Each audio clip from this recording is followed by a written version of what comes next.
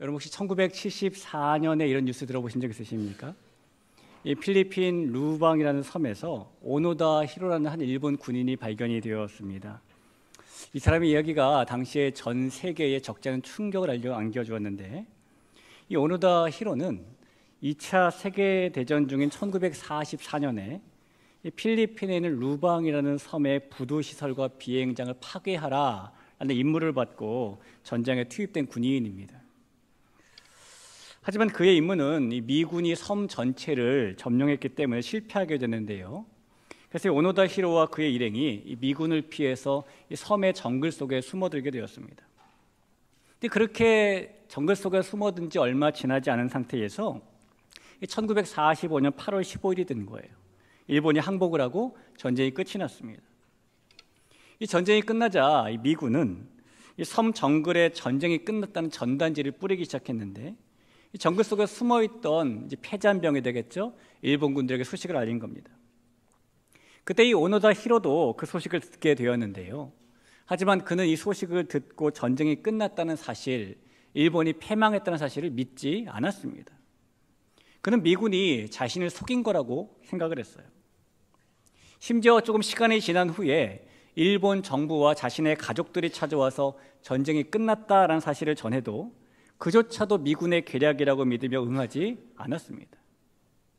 그때부터 오노다 히로는 그 정글 속에서 바나나 껍질, 코코넛 등을 먹으면서 1974년까지 무려 29년 동안을 홀로 여전히 끝나지 않은 전쟁 속에 살죠. 여러분이 얼마나 안타깝고 불행한 일인가요?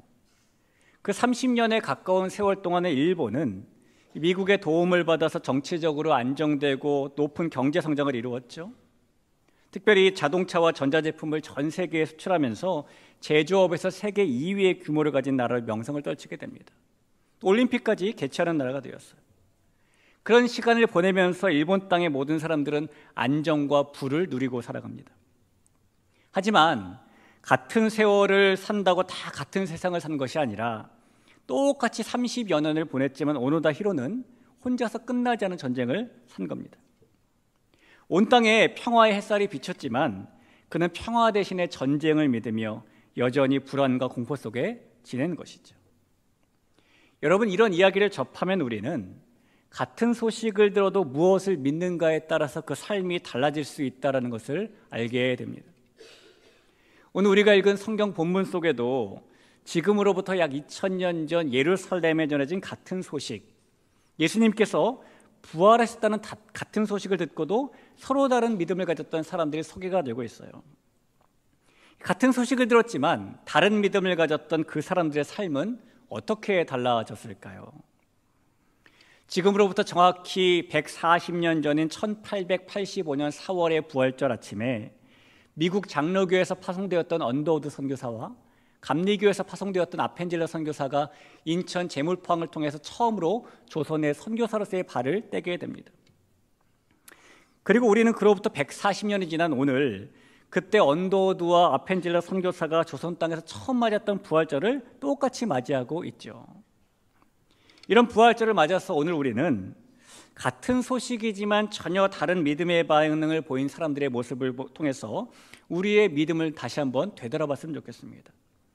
이 시간에 이 말씀을 통해 2000년 전에 살았던 사람들을 만나볼 때 우리의 믿음이 어디에 있는가 발견할 수 있는 그런 시간이 될 수 있기를 주의 이름으로 축원합니다. 예수님께서 십자가에 달려 죽으신 지 사흘째가 되던 안식 후 첫날, 오늘의 주일이죠.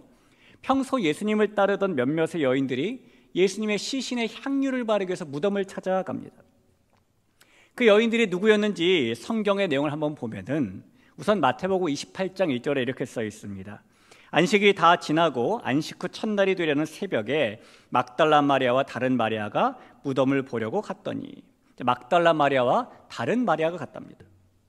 이번에는 마가복음 16장 1절에 보면은 안식일이 지남에 막달라 마리아와 야고보의 어머니 마리아와 또 살로메가 가서 예수께 바르기 위하여 향품을 사다 두었다가 라고 말하죠. 막달라 마리아와 그리고 작은 야고보의 어머니 마리아, 살로메가 갔다는 겁니다. 자, 누가복음 24장 10절도 보면 이 여자들은 막달라 마리아와 요한나와 야고보의 모친 마리아라 또 그들과 함께한 다른 여자들도 이것을 사도들에게 알리니라. 이 말씀에서는 막달라 마리아와 요한나와 작은 야고보의 어머니 마리아, 그들과 함께한 다른 여자들이라고 소개합니다. 그래서 이 말씀들을 종합해 보면은 예수님의 무덤을 찾아갔던 여인들은 막달라 마리아와 작은 야고보의 어머니 마리아, 그리고 살로메, 요한나 등등이었던 것이죠. 하지만 예수님의 무덤을 찾아간 여인들은 자신들이 예상했던 것과는 전혀 다른 상황을 마주치게 됩니다. 그들은 예수님의 시신에 향유를 바르기 위해서 찾아갔는데 정작 무덤 속에는 예수님의 시신이 보이지 않았기 때문입니다. 여러분, 시신에 향유를 바르러 갔는데 그 예수님의 시신이 보이지 않는 그 순간, 사라진 것을 알게 된 그 순간 여인들이 얼마나 당황하고 기겁을 했을까요? 그런데 바로 그때 여인들이 그보다 더 놀라운 일을 만나고 놀라운 소식을 듣게 됩니다. 그 소식은 다름 아닌 예수님께서 다시 살아나셨다는 소식이었어요. 마태복음 28장 5절 6절입니다. 천사가 여자들에게 말하여 이르되 너희는 무서워하지 말라. 십자가에 못 박히신 예수를 너희가 찾는 줄을 내가 아노라. 그가 여기 계시지 않고 그가 말씀하시던 대로 살아나셨느니라. 와서 그가 누우셨던 곳을 보라. 만약에 저와 여러분이 그 당시에 여인들의 입장이었다면은 우리에게는 어떤 생각, 어떤 감정이 가장 먼저 품어지게 됐을까요? 이 여인들은 어떤 생각과 어떤 감정을 이 소식을 듣고 가지게 되었을까요? 오늘 본문 말씀해 보니까 예수님의 무덤을 직접 찾아갔던 여인들이 이 소식을 듣고 느낀 마음은 큰 기쁨이었답니다. 8절을 보시죠. 그 여자들이 무서움과 큰 기쁨으로 빨리 무덤을 떠나 제자들에게 알리려고 다름질할세라고 합니다. 자, 무서움과 큰 기쁨, 어떻게 보면 서로 어울리지 않는 것 같은 두 단어가 같이 나오고 있는데 이 말씀에서 무서움이라는 것은 공포를 의미하는 것이 아니고요, 하나님의 영광과 능력 앞에서 느끼는 경외의 마음을 말하는 겁니다. 여인들이 그런 경외의 심 속에서 말로 다 표현할 수 없는 큰 기쁨을 함께 경험했다는 겁니다. 여러분, 만약에 이 여인들이 예수님께서 생명이 위급한 상황이신데 소생하셨다, 이런 소식을 들은 것이라면 크게 기뻐하는 것이 당연하지요. 하지만 여인들이 들었던 소식은 예수님이 죽으셨는데 다시 살아나셨다는 소식이었습니다.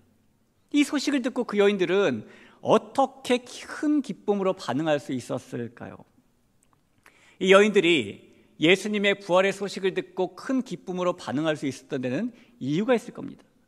그리고 그 이유는 그들이 예수님의 부활의 소식을 믿음으로 받아들였기 때문에 가능했던 겁니다. 하나님을 경외하는 마음, 그리고 그로부터 온 참된 기쁨이 그 믿음의 결과물인 것이죠. 그리고 그렇게 믿음을 받아들이자 이 여인들은 부활하신 예수님을 직접 만나는 은혜도 받습니다. 오늘 9절과 10절입니다. 예수께서 그들을 만나 이르시되 여인들을 말합니다. 평안하냐 하시거늘 여자들이 나아가 그 발을 붙잡고 경배하니 이에 예수께서 이르시되 무서워하지 말라. 가서 내 형제들에게 갈릴리로 가라 하라. 거기서 나를 보리라 하시니라. 여러분, 지금으로부터 2000년 전만 해도 여인들은 사회에서 증인의 자격조차로도 인정받지 못하는 그런 존재였어요.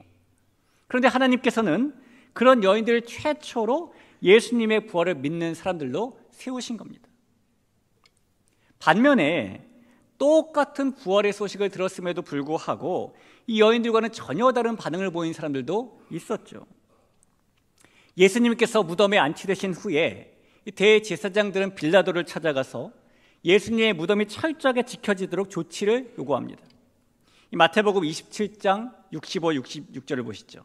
빌라도가 이르되 너희에게 경비병이 있으니 가서 힘대로 굳게 지키라 하거늘 그들이 경비병과 함께 가서 돌을 인봉하고 무덤을 굳게 지키니라. 자, 그래서 예수님의 무덤은 경비병들에 의해서 24시간 내내 지켜지게 되었는데 그렇게 무덤을 지키던 경비병들도 역시 여인들이 보았던 부활의 현장을 똑같이 목격한 사람들입니다. 비록 그들이 까무라치기는 했지만 천사가 나타나서 예수님의 부활을 알리는 것을 눈앞에서 목격했죠.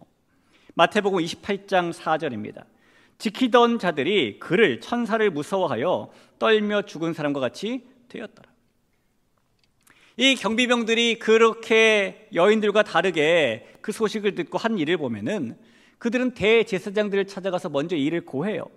11절입니다. 여자들이 갈 때 경비병 중 몇이 성에 들어가 모든 된 일을 대제사장들에게 알리니. 자, 이렇게 알리니까 이 대제사장들이 그 소식을 듣고 우리가 정말 하나님의 아들을 죽였구나 라고 회개한 것도 아니고 믿음으로 반응한 것도 아니었습니다. 이 대제사장들은 오히려 경비병들에게 돈을 주며 거짓말을 퍼뜨리게 해요. 이 거짓말의 내용이 이러합니다. 예수의 제자들이 밤에 와서 우리가 잘 때에 그의 시신을 훔쳐갔다. 여러분 잘 들어보세요. 예수의 제자들이 밤에 와서 우리가 잘 때에 그의 시신을 훔쳐갔다. 이 말이 지금 맞는 말입니까? 이 말은 그 자체적으로 모순된 말이에요. 경비병들이 자고 있었다면 그들이 어떻게 제자들이 예수님의 시신 훔쳐간 것을 보고할 수 있었겠습니까? 논리적으로 말이 안 되는 거짓말인 겁니다. 근데 그럼에도 불구하고 이 경비병들은 그런 거짓말들을 퍼뜨렸고, 당시 사람들에게 그 거짓말은 꽤 설득력 있게 들리기 시작하죠. 왜냐하면 많은 사람들이 죽은 사람이 어떻게 다시 살아날 수 있는가라는 상식을 기준으로 생각했기 때문입니다. 게다가 그 당시에는 실제로 시체를 훔쳐가는 일이 종종 일어났기 때문에 사람들 눈에는 예수님의 제자들이 예수님의 시신을 훔쳐갔다는 설명이 더 현실적으로 들렸기 때문이에요. 뿐만 아니라 이 소식을 전하는 사람들이 무덤에서 가장 가까이 있었던 경비병들이잖아요. 가장 가까이 있던 사람들이 그 소식을 전하니 사람들은 그 말을 쉽게 믿게 되는 것이죠. 그래서 그들의 이 거짓된 주장이 유대사회 전반에 널리 퍼졌답니다. 오늘 말씀의 15절에 이렇게 써 있습니다. 군인들이 돈을 받고 가르친 대로 하였으니 이 말이 오늘날까지 유대인 가운데 두루 퍼지니라. 여러분, 이 경비병들이 이런 거짓말을 퍼뜨리는 것은 그들이 단지 무지했기 때문이 아닙니다. 그들은 분명 부활의 현장을 목격했음에도 불구하고 믿지 않기로 선택했기 때문에 그런 일을 저지른 거예요. 그들의 행동은 의도적인 불신의 결과고, 그래서 결국 이 경비병들은 대제사장들과 똑같이 같은 부활의 소식을 들었지만 믿음으로 반응하지 못한 대표적인 예가 되는 것이죠. 우리 존귀한 성도 여러분, 여기서 우리는 한 가지 중요한 질문에 직면하게 돼요. 오늘 사는 우리도 역시 본문에 등장하는 여인들과 경비병들처럼 동일하게 예수님의 부활 소식을 들은 사람들입니다. 자, 그렇다면 우리는 이 놀라운 소식을 듣고 과연 어떤 반응을 보이며 살고 있을까요? 우리가 이 여인들처럼 그 소식을 큰 기쁨으로 믿음으로 받아들이고 있을까요? 아니면 우리가 대제사장들과 경비병들처럼 그 진실을 외면하고 불신으로 받아들이고 있을까요? 사실 오늘날에도 우리는 대제사장들과 경비병들의 모습과 크게 다르지 않은 사람들을 자주 목격하게 되지요. 우리는 진리를 알면서도 그것이 자기의 계획이나 삶의 방식에 불편을 줄까 봐 외면하는 사람들도 보게 되고, 또는 이 불편한 진실을 인정하지 않기 위해 진리를 피하려는 사람도 보게 됩니다. 어쩌면 때때로 우리가 그런 사람들의 입장이 돼서 그런 태도를 취할 때도 있어요. 예수님의 부활을 믿는 순간 삶의 우선순위가 달라지고 생각과 행동이 바뀌어야 된다는 것을 너무나 잘 알기에 그 진리를 마음 깊이 받아들이기를 주저할 때가 우리에게도 있는 겁니다. 여러분, 우리는 매 주일 부활의 복음을 들으며 살아갑니다. 말씀을 통해, 찬양을 통해, 기도를 통해 우리는 살아계신 예수님을 예배하고 그분을 만나고 있습니다. 그렇기 때문에 우리에게 정말 중요한 것은 바로 그 예수님께 우리가 어떤 믿음으로 반응하며 나아가느냐라는 거겠죠. 우리가 이 여인들처럼 부활하신 예수님을 만나서 그분의 발 앞에 엎드려 경배하고 그 부활의 은혜의 기쁨을 믿음으로 받아들이며 살고 있을까요? 아니면 우리가 여전히 마음 한켠에서 예수님의 부활을 의심하거나 외면하며 살고 있을까요? 사랑하는 성도 여러분, 예수님께서 부활하셨다는 이 소식은 감출 수 없는 진리고 결코 침묵될 수 없는 은혜입니다. 오늘 이 시간에 과거 2000년 전에 그 소식을 들은 여인들처럼 경외함으로, 큰 기쁨으로, 그리고 온전한 믿음으로 부활의 복음을 받아들이는 우리 모두가 될 수 있기를 주의 이름으로 축원합니다. 이 예수님의 부활은 단순히 2000년 전에 일어난 과거의 한 사건이 아니에요. 예수님의 부활은 지금 이 순간에도 살아 역사는 진리고 오늘을 살아가는 우리에게도 여전히 믿음을 요구하는 사건입니다. 그래서 우리가 이 부활의 소식을 들을 때에 이것을 단순한 정보로 받아들이는 것이 아니라 믿음으로 반응해야 하는 것이죠. 이 여인들처럼 믿음으로 그 소식을 듣고 부활하신 예수님 앞에 경배해야 한다는 것입니다. 분명히 오늘날 이 교회 안팎에는 예수님의 부활의 복음을 듣고 감격하여 믿음으로 반응하는 사람들도 있는 반면에 같은 메시지를 듣고도 회의와 불신, 무관심으로 반응하는 사람들도 있습니다. 지금 이 시대에 예수님의 부활이 여전히 선포되고 있지만 이 사람들이 상식이라는 이름으로, 과학이라는 이름으로, 의학이라는 이름으로 그 복음을 의심하기도 합니다.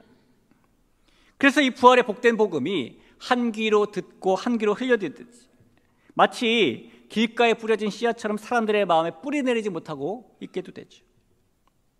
그리고 솔직히 고백하자면 때로는 우리 자신조차도 예수님의 부활에 믿음으로 반응하는 것을 망설이거나 외면하는 유혹에 흔들릴 때도 있습니다. 여러분, 예수님의 제자들도 그랬어요. 사실 제자들의 앞길이 평탄하지는 않잖아요. 이 불신의 경비병들은 돈을 받았고 종교 권력에 비호도 받았지만 믿음의 제자들은 어떤 보상도 어떤 보호도 약속받지 못합니다. 그래서 그들을 기다리고 있는 것은 고난과 박해뿐이었죠. 세상이 그들을 조롱했고 핍박했고 결국 많은 제자들이 그 믿음 때문에, 그 부활을 믿는 믿음 때문에 생명을 내어줘야 됐습니다. 이런 세상 속에서 제자들도 예수님의 부활을 외면하라는 유혹을 수없이 많이 받았을 거예요. 하지만 그럼에도 불구하고 그들은 예수님의 부활에 믿음으로 반응하는 길을 걸어가죠. 왜 그랬을까요? 예수님 부활하신 것이 정말 사실이니까요. 그들이 예수님의 부활하신 것을 두 눈으로 보았고 두 귀로 들었으니까요. 그 진리를 그래서 믿음으로 받아들였기 때문인 겁니다. 여러분, 오늘 우리의 삶에도 세상의 소리와 혼란과 고통과 실패가 끊임없이 밀려오죠. 때로는 그로 인해서 우리에게 하나님의 말씀이 희미하게 느껴질 때도 있습니다. 그러나 여러분, 그런 순간에 꼭 이러한 사실을 기억하시기 바랍니다. 세상의 거짓이 아무리 요란하게 들려와도 하나님의 진리는 결코 흔들리지 않는다. 예수님의 부활은 우리가 믿는 기독교 신앙의 정점이고 우리가 붙들어야 할 가장 확실한 소망이다. 우리에게 필요한 것은 특별한 지식이나 특별한 능력이 아니라 그 진리를 향해 열린 마음, 그리고 그 마음 위에 세워진 믿음이다. 이런 사실을 우리가 꼭 기억할 때에 하나님의 말씀이 희미해지지 아니하고 우리가 이 땅에서 만나는 어떤 혼란과 어떤 실패 속에서도 이겨낼 수가 있는 것입니다. 여러분, 그럴 때 우리는 부활의 큰 소식을 기쁨으로 받아들이는 사람들이 될 수 있는 거예요. 하나님께서는 지금도 그런 사람들을 세워나가시고 기다리고 계시고 찾고 계시죠. 세상의 거짓과 유혹 속에서도 진리를 붙드는 사람, 자신의 생각보다 하나님의 역사를 더 신뢰하는 사람, 그리고 큰 기쁨 속에서 부활하신 예수님을 경배하는 사람을 기다리신다는 겁니다. 똑같은 소식을 듣지만 어떤 사람은 마음을 닫고 어떤 사람은 마음을 열겠죠. 오늘 예수님의 부활을 접하는 저와 여러분의 마음은 그 소식에 닫혀 있을까요? 열려 있을까요? 이 부활의 소식을 듣고 우리가 여전히 불신 속에서 그 소식을 회피하고 있을까요? 아니면 믿음으로 반응하고 있을까요? 하나님께서 너무나 사랑하시는 대길교회 성도 여러분, 오늘 이 말씀 앞에서 우리의 마음이 활짝 열리고 이 본문의 여인들처럼 믿음으로 반응하며 그 부활의 증인된 삶을 살아가는 우리 모두가 될 수 있기를 주의 이름으로 축원하며 부탁드립니다. 오늘 우리는 같은 예수님의 부활 소식을 듣고도 전혀 다른 반응을 보인 사람들의 이야기를 함께 나누고 있어요. 그 중에 여인들은 부활의 소식을 믿음으로 받아들였고 그 믿음은 곧 주님과의 만남으로 이어지죠. 그리고 그 만남은 그들의 삶을 송두리째 바꾸어 놓았습니다. 그들은 더 이상 단순한 조력자나 추종자가 아니라 부활을 처음으로 증언한 믿음의 증인들이 된 것입니다. 하지만 반대로 대제사장들과 경비병들은 같은 소식을 듣고도 믿지 않았고 오히려 그 진리를 은폐하기 위해 거짓과 돈을 동원했죠. 여러분, 예수님께서 사망 권세를 이기시고 죽음을 깨뜨리셨지만은 그 부활의 소식을 믿지 않는다면 우리는 여전히 영적 사망의 그늘 아래 살아갈 수밖에 없는 겁니다. 이 부활에 대한 믿음이 없다면 우리는 마치 서두에 언급했던 오노다 히로라는 군인처럼 이미 평화가 찾아왔음에도 불구하고 여전히 어둠 속에서 살아가는 인생이 될 수밖에 없는 겁니다. 우리가 예수님의 부활 소식을 믿는 사람들로 두려운 정글이 아니라 부활의 생명 소망 안에 살아가는 성도임을 여러분 믿으시기를 바랍니다. 저와 여러분이 이 소식 앞에서 어떤 믿음을 선택할까 우리는 결심해야 돼요. 우리가 사용하는 달력조차도 이 세상을 BC와 AD로 나누지 않습니까? 예수님 이전과 예수님 이후로 나눠요. 예수님께서 이 땅에 오신 이후, 예수님께서 부활하신 이후에 세상이 바뀌었기 때문입니다. 여러분, 예수님의 그 부활로 인해서 우리의 인생에도 죽음으로 막혔던 길이 열렸고, 그래서 이제 우리는 죽음 너머에 있는 부활 생명의 새로운 길이 걷는 사람들이 되었죠. 그리고 오늘도 살아계신 그 예수님 앞에서 이 여인들과 똑같은 믿음의 반응으로 두려워하지 말라, 나의 부활을 믿고 따르라라는 예수님의 말씀에 아멘으로 응답할 수 있게 되었습니다. 그 예수님의 부활을 믿는 것이 하나님의 나라를 살아내는 것이고 확장시키는 길입니다. 오늘 이 부활주일을 맞아서 저와 여러분 모두가 이 부활의 빛을 믿는 믿음을 가지고 또한 세상의 그 빛을 전하는 통로가 되고 예수님의 부활의 영광을 나타내는 증인으로 살아갈 수 있기를 주의 이름으로 축원합니다. 여러분, 예수님의 부활은 죽음을 이기신 사건입니다. 예수님의 부활은 우리 역시 죽음을 이기게 하실 사건입니다. 죽음도 우리를 이기지 못한다면, 우리가 거꾸로 죽음을 이긴다면 이 세상을 살면서 우리에게 두려운 것이 무엇이겠습니까? 그 무엇이 우리를 두렵게 만들며 우리의 믿음의 길을 막겠습니까? 인생 가운데 아무리 큰 어려움과 고난과 환난이 찾아온다 할지라도 우리는 죽음을 이긴 사람들로서 능히 이겨낼 수 있게 됩니다. 이것이 부활, 소망, 생명, 능력을 가진 사람의 삶의 모습이며 자세이죠. 이 땅을 살아가는 귀한 대길교회 성도 여러분, 그 부활의 능력을 믿고 생명을 믿고 소망을 믿고 우리가 죽음을 이길 사람들이라는 것을 믿는 믿음을 가지고 이 세상에서 닥쳐오는 어떤 일이더라도 능히 이기는 능력을 가지고 살아갈 수 있기를 주님의 이름으로 간절히 부탁을 드립니다.